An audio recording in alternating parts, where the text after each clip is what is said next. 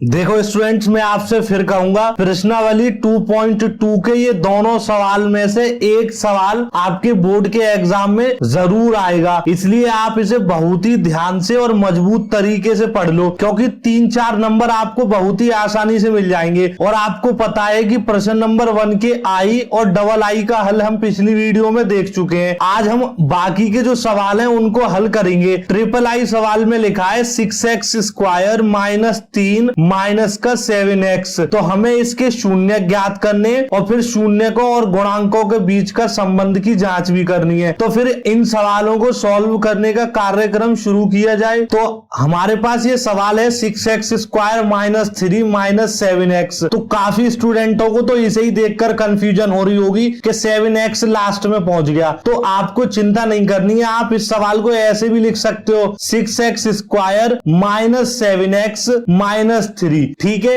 अब दूसरा काम हम क्या करेंगे कि इस 6 का इस 3 में गुणा करेंगे तो हो जाएगा 6 या 18। ये आपको पहले से पता होगा क्योंकि मैंने आपको पिछली वीडियोस में भी बताया था। अगर आपने वो वीडियोस नहीं देखी हैं तो आपको लिंक डिस्क्रिप्शन में मिलेगा, आप जरूर देख लेना, बहुत काम की वीडियोस हैं। तो अब हम इसको काटेंगे तो यहाँ आएगा हमारे पास 9, फिर 3 से काटेंगे 3 और फिर 3 से काटेंगे 1। ठीक है, अब ये जो गुणनखंड हमारे पास निकले हैं इनको इस तरीके से अरेंज करना है कि माइनस का 7 बना दें। x तो हर बार लगा ही रहता है, तो आप ध्यान से देखो 3 3 9 और माइनस का 2 कर दूंगा तो 7 बचेगा या नहीं, लेकिन 7 हमें माइनस का बचाना है। तो हम इसको इस तरीके से लिख सकते हैं 6x स्क्वायर माइनस का 9x प्लस का 2x माइनस का 3। अब आप ध्यान से देखिए 9x में से जब 2x जाएगा तो माइनस का 7x ही बचेगा। तो अब यहां से हम कॉमन ले सकते हैं। देखो ये 6 है और ये 9 है, तो इनमें से एक ऐसी संख्या ढूंढो जो दोनों को काट दे। वो संख्या है 3। क्यों? क्योंकि अगर 2 से 6 को काटोगे तो काट तो देगा लेकिन 9 नहीं कटेगा, तो हम ना 3 ले लेंगे और x दोनों के पास है तो एक x ले लेंगे। अब 3x का इस 6x स्क्वायर में भाग करेंगे तो 3 का जाएगा 3 दूनी 6 और x से x को काटेंगे तो एक x बच जाएगा, माइनस का चिन्ह लगा देंगे। अब 3 का भाग 9 में करेंगे तो 3 आ जाएगा क्योंकि 3 3 9 होता है और x से x कट जाएगा। ये बहुत ही डिटेल में मैंने आपको पहले भी बताए थे पर आप ध्यान से समझते चलिए। अब हम इस वाले चिन्ह को लगा देंगे। अब जैसा हमने यहां बनाया है ऐसा ही हमें यहां पर बनाना है, पर दिक्कत क्या है कि ये पहले से ऐसा ही बना हुआ है, तो हम यहां पर 1 कॉमन ले लेंगे। अब 1 कॉमन लेने का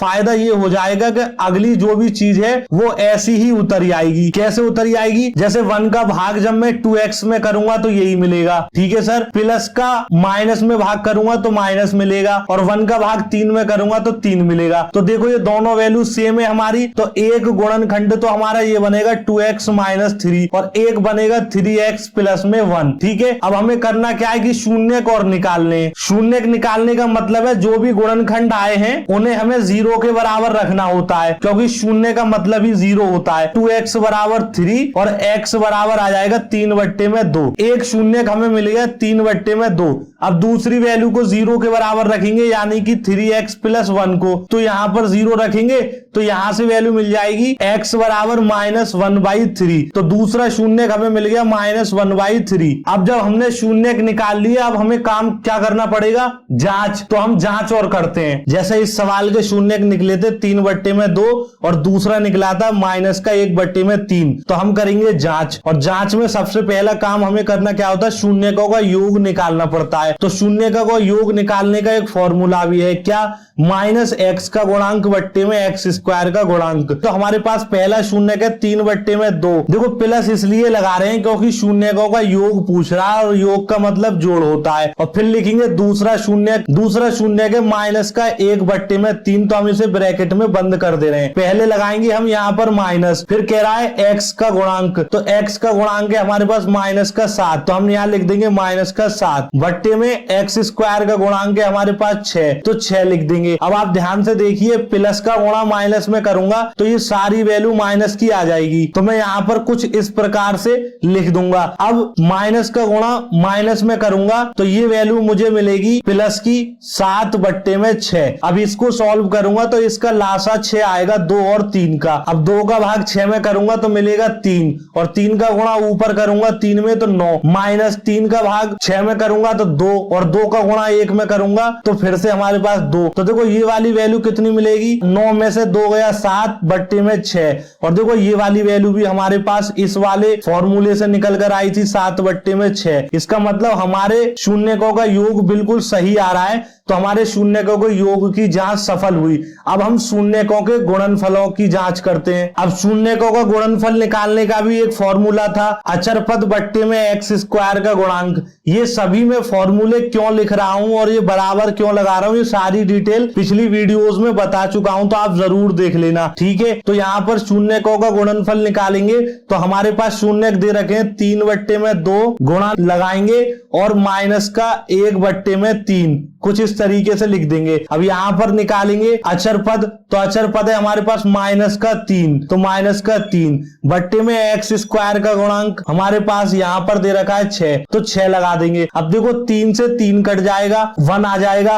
और 1 का गुणा 1 में करूंगा तो 1 मिलेगा, माइनस आगे ही रहेगा, ठीक है। और बट्टे में यहां पर रहेगा 2 का गुणा 1 में करूंगा तो 2, इसका मतलब माइनस का 1 बट्टे में 2 मिलेगा। अब यहां पर देखिए 3 से इसको काटूंगा, 3 एकम 3, 3 दूनी 6, तो यहां पर भी माइनस का 1 बट्टे में 2 मिला। इसका मतलब हमारे शून्यकों के गुणनफल की जांच भी सफल हुई। इस तरीके से हम इस सवाल को सॉल्व करेंगे। अब हम IV सवाल को देखते हैं जो कि पहले का चौथा सवाल है। अब स्टूडेंट यकीन मानना, ये IV सवाल यानी कि चौथा सवाल ये इतना आसान है कुछ पूछो ही मत, आपको देखने में कठिन लग रहा होगा। अब हमें करना क्या है कि इसके गुणनखंड कर रहे हैं, तो ध्यान से देखो u दोनों में कॉमन है तो हम u कॉमन ले सकते हैं, लेकिन यहाँ पर 4 भी कॉमन निकल सकता है क्योंकि 8 है, तो 8 में से 4 कॉमन निकल ही आएगा। तो हमने 4u कॉमन ले लिया। कॉमन का मतलब है कि 4u का इसमें भाग करेंगे तो 4 का 4 से करेंगे तो 1 मिलेगा, उसको हटा दो। u का u स्क्वायर में भाग करेंगे तो 1 u मिलेगा, वो हमने यहाँ लिख दिया। ये 1u भी है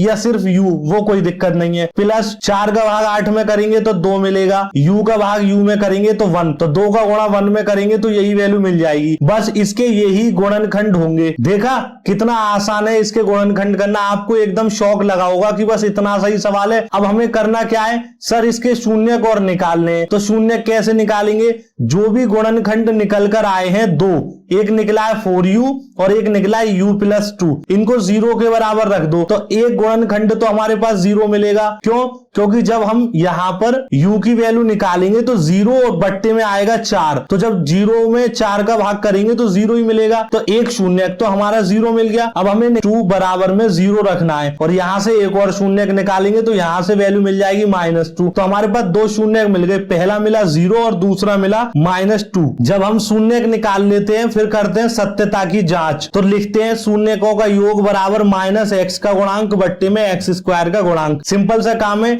अब शून्यकों का योग करना है तो पहला शून्यक है 0, फिर लगाएंगे योग की जगह प्लस का चिन्ह और माइनस का 2, ठीक है। अब इसके बराबर में लिखेंगे माइनस और x का गुणांक, तो यहाँ पर x नहीं है, तो जब x नहीं होगा तो जो वेरिएबल होगा हम वो लिखेंगे, तो यहाँ लिखेंगे u का गुणांक, तो u का गुणांक है प्लस का 8, तो यहाँ पर 8 लिख देंगे बट्टे में x स्क्वायर का गुणांक। लेकिन हमारे सवाल में x नहीं है तो हम लिखेंगे u स्क्वायर का गुणांक कितना है 4, 0 को तो खत्म कर दो और प्लस माइनस का जब गुणा करेंगे तो माइनस का 2 मिलेगा, ठीक है। और 4 से 8 को काटेंगे तो 2 मिलेगा और माइनस पहले से, तो माइनस का 2 बराबर में माइनस का 2। हमारी जांच सफल हो गई शून्यकों के योग की, इतनी ही लिखेंगे। उसके बाद हम निकालेंगे शून्यकों के गुणनफल की जांच। अब शून्यकों के गुणनफल की जांच करने के लिए वही फॉर्मूला लगाएंगे, लिखेंगे शून्यकों का गुणनफल बराबर अचर पद बट्टे में x स्क्वायर का गुणांक। तो 0 का गुणा करना है हमें माइनस के 2 में, क्योंकि पहला शून्यक 0 और दूसरा है माइनस का 2, गुणनफल है तो गुणा करेंगे, बराबर लगाएंगे। अचर पद कितना है हमारा इस सवाल में 0। अचर पद क्या होता है? ऐसी कोई भी संख्या जिसके साथ x y z u v कुछ नहीं हो, तो यहाँ वो है ही नहीं तो हम 0 मान लेते हैं, तो 0 ही है। और बट्टे में x स्क्वायर का गुणांक कितना है 4, तो यहाँ लिखेंगे 4, तो 0 का गुणा -2 में करेंगे तो 0 और 4 का भाग 0 में करेंगे तो 0। तो सर लो हो गई हमारी शून्यकों के गुणनफल की जांच। बस इस तरीके से आपको इस सवाल को सॉल्व करना होगा, ठीक है। अब हम बाकी जो प्रश्न बचे V और VI, इसको हम नेक्स्ट वीडियो में देखेंगे। इस वीडियो के बारे में अपनी राय हमें कमेंट बॉक्स में जरूर बताएं। धन्यवाद।